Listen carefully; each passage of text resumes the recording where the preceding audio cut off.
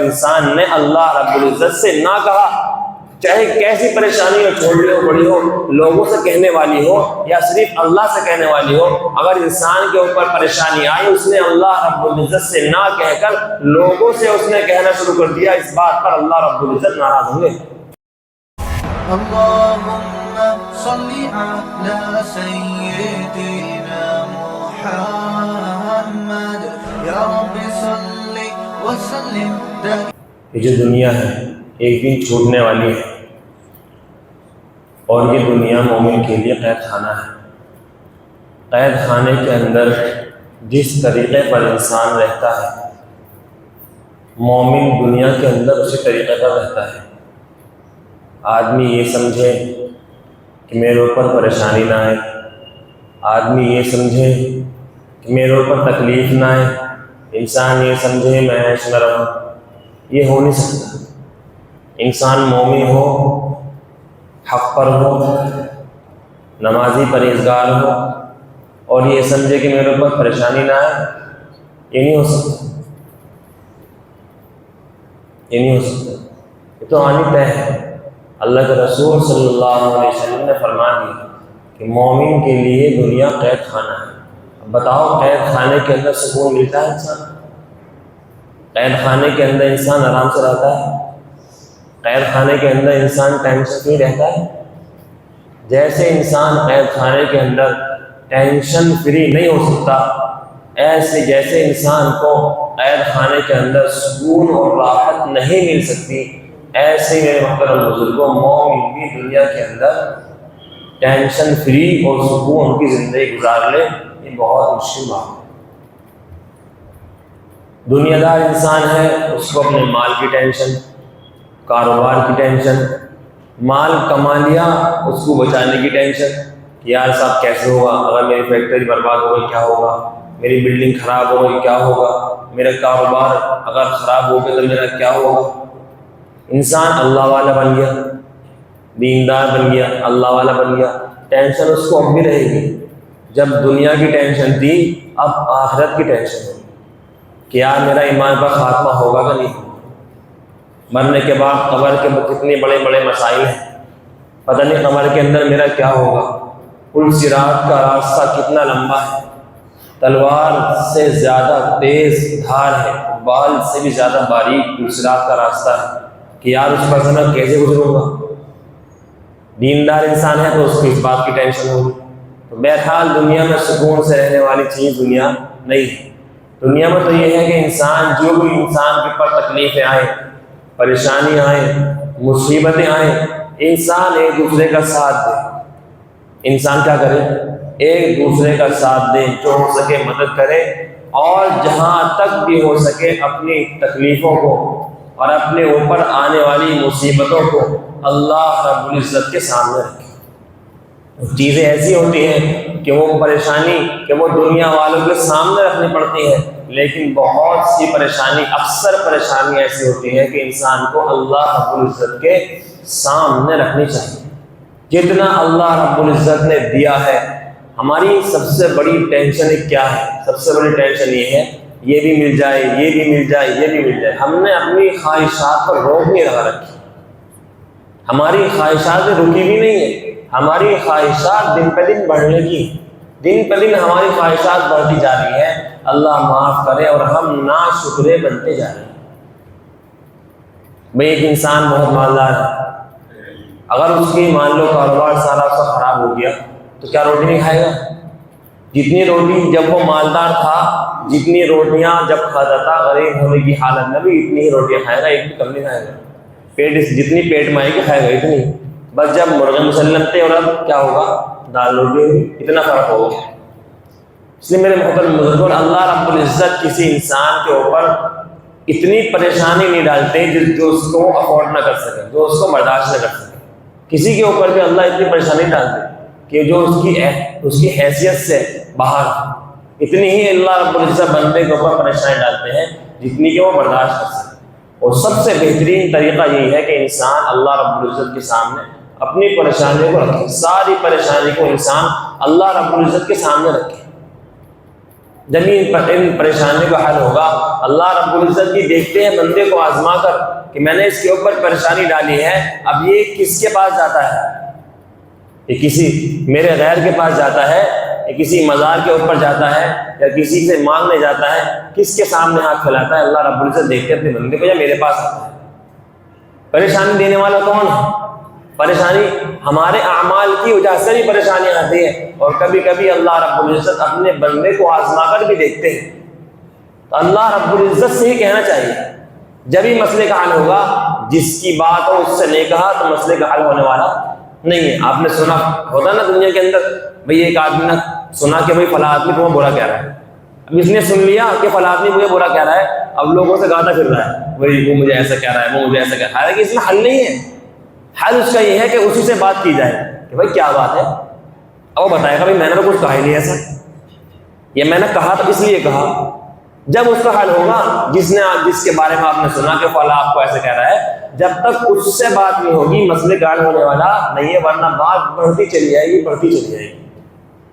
ایسی میرے محترم بزرگوں، پریشانی اوپر سے آئی ہے، اوپر والے سے ہی کہنا پڑے گا کہ اللہ رب العزت میرے پر تو یہ پریشانی ہے۔ اپنے اعمال پر بھی نگاہ ڈالنی پڑے گی کہ کیا مسئلہ ہے، میرے گناہ کون سے والے ایسے چل رہے ہیں جو میرے اوپر یہ پریشانی آ رہی ہے۔ اپنے اعمال کی بھی نگاہ انسان ڈالے، اور اپنے اعمال پہ نگاہ ڈالنے کے بعد اللہ رب العزت سے سب سے پہلے انسان کہے، سب سے پہلے اللہ رب العزت سے کہے کہ میرے اوپر یہ پریشانی ہے، اور اس کے بعد انسان لوگوں سے کہے۔ اگر انسان نے اللہ رب العزت سے نہ کہا، چاہے کیسی پریشانی ہو، چھوٹی ہو بڑی ہو، لوگوں سے کہنے والی ہو یا صرف اللہ سے کہنے والی ہو، اگر انسان کے اوپر پریشانی آئی، اس نے اللہ رب العزت سے نہ کہہ کر لوگوں سے اس نے کہنا شروع کر دیا، اس بات پر اللہ رب العزت ناراض ہوں گے۔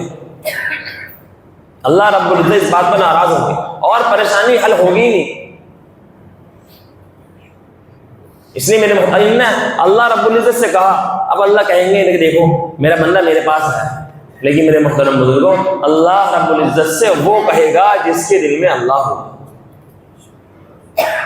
جس کے دل میں اللہ ہوگا وہ انسان اللہ رب العزت سے کہے گا، جس کے دل کے اندر صرف اور صرف دنیا بھری ہوئی ہوگی اور دنیا بسی ہوئی ہوگی، وہ تو انسان دنیا والوں کے ہی پاس جائے گا، وہ اللہ کے پاس آنے والا نہیں۔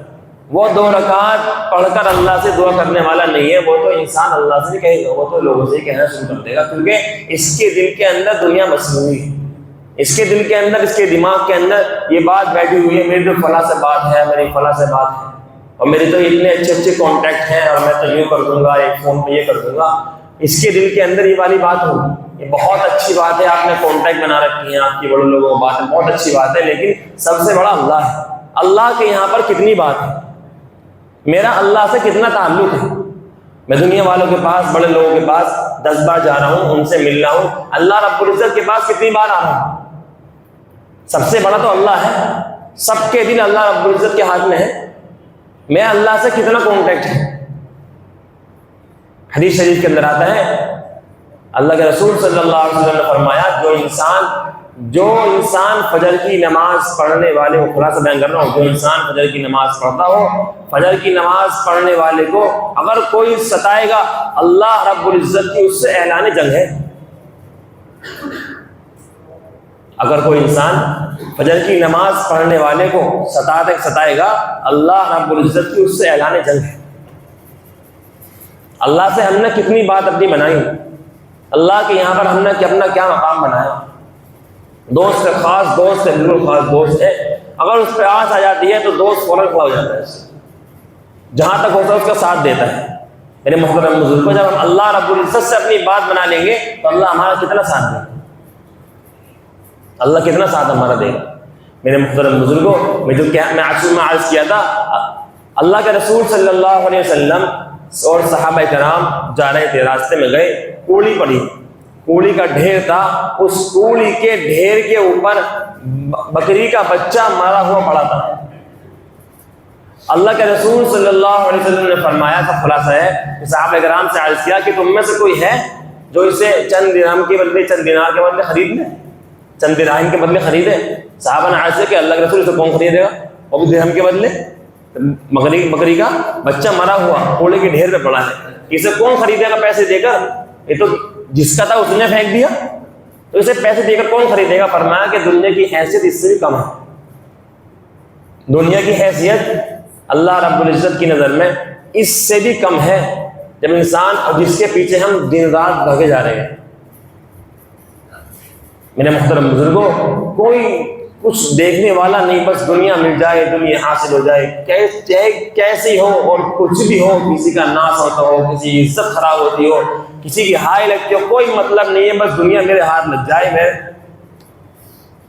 بقرعید کے تعلق سے آپ بقرعید کے ٹائم پہ آپ نے دیکھا ہوگا، بکروں کے منہ کے اندر سمر سیول کا پائپ لگایا اور سمر سیول چلا دیا اور پانی سے اس کا پیٹ پھول گیا۔ صاحب کیا دکھ رہا ہے بکرا؟ 20 والا 40 کا دکھ رہا ہے، 20,000 کا بکرا۔ اس بکرے کے اوپر کیا گزر رہی ہوگی، کیا اس کے اوپر گزری ہے، اس کے منہ میں پائپ چلایا، بس کوئی مطلب نہیں ہے کس کے کیا بگڑ رہا ہے، کیا نقصان ہو رہا ہے، کوئی تعلق کسی سے نہیں ہے، میرے ہاتھ پیسہ لگ جائے۔ خدا کی قسم، جتنا مقدر میں لکھا ہے اس سے 1 روپیہ فالتو انسان نہیں کما سکتا، 1 روپیہ فالتو نہیں کما سکتا، 1 روپیہ بھی۔ تو کیوں نہ میرے محترم بزرگوں اللہ رب العزت کی فرما برداری کے ساتھ کما لیں۔ انسان کہتا ہے کاروبار میں جھوٹ تو چلے گا، بھائی بنا جھوٹ کے کیسے کاروبار ہوگا؟ کتنا ہی کاروبار کے اندر تو جھوٹ ملا لے، کتنا ہی لوگوں کو ٹوپی پہنا دے، لیکن 1 روپیہ بھی مقدر سے فالتو نہیں کما سکتا۔ جو حلال طریقے پر کمائے گا جب بھی اتنا ملے گا، حرام طریقے پر کمائے گا جب بھی اتنا ملے گا، فرق اتنا ہے، حلال طریقے میں کمائے گا تو اللہ تیرے کمائی میں برکت دے گا، تیری اولاد میں برکت دے گا، تیرے جسم کے اندر جو خون بنے گا وہ حلال کا ہوگا۔ اگر حرام طریقے سے کمایا ہے تو میرے محترم بزرگوں تیرے حرام کمائی میں اللہ برکت نہیں دے گا۔ جو تیرے جسم کے اندر جو خون اس حرام کمائے گا، جو انسان کھائے گا اور کھا کر جو خون بنے گا وہ حرام کا خون ہوگا، اور اس سے جب وہ خون انسان جسم میں حرام کی کمائے گا، جسم کے اندر جب خون ہوگا تو سارے گندے کام اس کے دماغ کے اندر آئیں گے، اللہ رب العزت تو اس کے دماغ سے نکل جائے گا، اللہ کی بات نہیں آئے گی، نہ اللہ کا خیال اس کے دماغ کے اندر آئے گا، کیونکہ جسم میں حرام خون بھرا پڑا ہے۔ اس کی جو گوشت ہے، وہ جو گوشت بڑھ رہا ہے نا، سارا حرام کی کمائی کھا کر گوشت بڑھ رہا ہے۔ میرے محترم بزرگ، اللہ کی بات تو، اللہ کی یاد تو اس کو آئے گی۔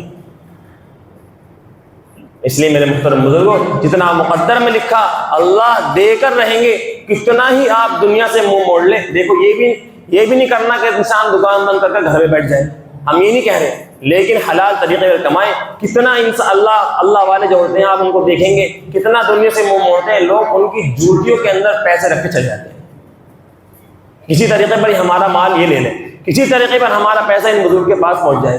جتنا دنیا سے ہم منہ موڑیں گے میرے محترم بزرگوں، لیکن دنیا ہم سے منہ نہیں موڑے گی۔ جیسے انسان کہیں بھی دنیا کے اندر چلا جائے، کسی بھی کونے میں، کسی بھی ملک میں، تہہ خانے میں، پہاڑ کے نیچے، آسمان کے اوپر، کہیں بھی انسان چلا جائے، اس کی موت اس کو آ کر رہے گی، ایسے ہی اس کا رزق بھی اس کو مل کر رہے گا، چاہے دنیا کے ساتھ زمین کے نیچے چلے جائے۔ جیسے انسان کو موت تلاش کرتی ہے، ایسے ہی اس کے مقدر کا رزق بھی انسان کو ایسے ہی تلاش کرتا ہے۔ فرق اتنا ہے، اللہ رب العزت کی اطاعت کے ساتھ کمائیں گے میرے محترم بزرگوں، اس کے اندر برکت ہوگی۔ حلال طریقے پر کمائیں گے تو اس کے اندر برکت ہوگی، حرام طریقے پر کمائیں گے تو انسان پریشانی ٹلنے والی نہیں۔ اسی کے تعلق سے میں عرض کر دوں، ابھی میں مسوری گھومنے کے لیے گیا، جیسے وہاں پر گیا اس سے اگلے دن ہی کسی نے میرے نام سے فیس بک کی آئی ڈی بنائی، میرے نام سے میرا فوٹو ووٹو لگا کے میرے نام سے فیس بک کی آئی ڈی بنائی اور میری آئی ڈی ہیک کر لی۔ 3 دن سے میری فیس بک پہ نہ کوئی ویڈیو اپلوڈ ہو رہی تھی، نہ ریل ڈل رہی تھی، اور نہ ہی کوئی پوسٹ ہو رہی تھی، کچھ نہیں ہو رہا تھا۔ فیس بک کا پاسورڈ چینج بھی کیا، پاسورڈ بھی چینج، کچھ نہیں ہو رہا تھا کہ آئی ڈی بنا کر اب لوگوں سے اس نے میرے نام سے پیسے گھڑنے شروع کر دیے۔ یہ معلوم تھا نا کہ وہ باہر گیا ہے، اور جب انسان باہر جاتا ہے تو انسان ضرورت میں فوراً اچھے باہر گئے، پتہ نہیں کیا ضرورت پڑ گئی انسان کو، تو میرے نام سے پیسے ٹھگنے لوگوں سے شروع کر دیے۔ میرے بھائی نے بھی 3,500 اس اکاؤنٹ میں لگا دیے تھے۔ تو میرے محترم بزرگوں، اس کی اسکینر وغیرہ، اس نے جو اسکینر دیا تھا ڈالنے کے لیے پیسے، وہ اسکینر ہی موجود ہے، اسکرین پر آ جائے گا، اس کا فون نمبر ہی موجود ہے، لیکن فون بھی لگ نہیں رہا۔ ابھی جمعے کی نماز سے پہلے، ابھی آدھا گھنٹہ پہلے ہی میں نے چیک کیا تھا، تو ابھی آدھا گھنٹہ پہلے جمعے کی نماز سے فیس بک پر ویڈیو وغیرہ اپلوڈ ہونا شروع ہو گئی۔ تو 3 دن کا اس نے پروپیگنڈا کیا تھا۔ اس لیے میں نے جب انہوں نے میرے پاس فون آنا شروع ہوئے کہ امام صاحب کو پیسے چاہیے، الحمدللہ لوگوں نے فون کیے کہ دیکھے بھائی کیا ضرورت ہے امام صاحب کو، فون کیے کہ امام صاحب پیسے چاہیے، میں نے نہیں، میں تو کچھ ضرورت نہیں ہے. تو کہا تمہارے نام سے آئی ڈی بنا رکھی کسی نے. پھر میں نے جب 1 گھنٹے کے بعد ہی فوراً اب ویڈیو بنائی, اس کو اپلوڈ کری کہ یہ بندہ فراڈ ہے اور یہ میرے نام سے پیسے آئے. آپ سے ہی میری گزارش ہے, انسٹاگرام پہ میری آئی ڈی, وہ انسٹاگرام پہ مفتی جنید میرٹ آرٹ ڈال لیں, ویڈیو نکل کے آ جائے گی, میرے والے اکاؤنٹ آئے گا, اس اکاؤنٹ میں نے ویڈیو ڈال رکھی ہے, اس ویڈیو کے اندر اس کا اسکینر اور اس کا فون نمبر میں نے ڈال رکھا ہے. آپ سے میری گزارش یہ ہے کہ آپ کا حق یہ ہے کہ اس آئی ڈی کو نکال کر اس کی رپورٹ کریں. زیادہ سے زیادہ رپورٹ فون سے ہی ہو جائے گی, کوئی تھانے نہیں جانا اس کے لیے, فون سے ہی رپورٹ ہو جائے گی. آپ فون سے رپورٹ کر دیں گے تو وہ آئی ڈی بند ہو جائے گی, تاکہ لوگ جو ہے ٹھگنا بن جائیں, تاکہ لوگ جو ہے اسکیم نہ ہو سکے. اور میرے محترم بزرگوں, بس آخری بات یہی ہے کہ اللہ رب العزت سے دعا کریں, اللہ رب العزت ہم سب کو صحیح سمجھ عطا فرمائے, اللہ رب العزت ہم سب کو حلال روزی عطا فرمائے. جو قربانیاں ہم نے کی ہیں اللہ رب العزت سب کی قربانیاں قبول فرمائے, سب کو خوب اللہ رب العزت جزائے خیر عطا فرمائے. جن حضرات یہاں اس سال قربانی نہیں ہوئی ہے اللہ رب العزت اگلے سال ان کے یہاں بھی قربانی عطا فرمائے.